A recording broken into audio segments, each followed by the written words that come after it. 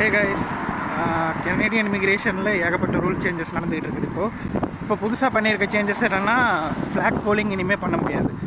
Flag போலிங்னா work permit or study permit, இங்கே ஏற்கனவே இருக்கிற temporary workers work permit extension or renewal அதுக்கெல்லாம் ஐஆர்சிசியில் அப்ளை பண்ணாமல் ஒரே நாளில் கிடைக்கணும்னா கனடா யூஎஸ் பார்டருக்கு போய் அங்கேருந்து யூஎஸ்குள்ளே என்ட்ரு ஆகிற மாதிரி என்ட்ரு ஆகிட்டு அங்கே போகாமல் மறுபடியும் யூட்டன் போட்டு வந்து பார்டரில் ஒர்க் பர்மிட் வாங்குவாங்க. அது வந்து இன்ஸ்டண்ட்டாக கொடுத்துருவாங்க எலிஜிபிலிட்டி இருந்துச்சுன்னா. இப்போ வந்து ஜென்யூனாக பார்டர் கிராஸ் பண்ணுறவங்களுக்கு அவங்கள விட இவங்க இந்த பர்பஸ்க்காக போகிறவங்கனால நிறைய டிஸ்டர்ப் ஆகுது. அதனால் அதை ஸ்டாப் பண்ணிட்டாங்க.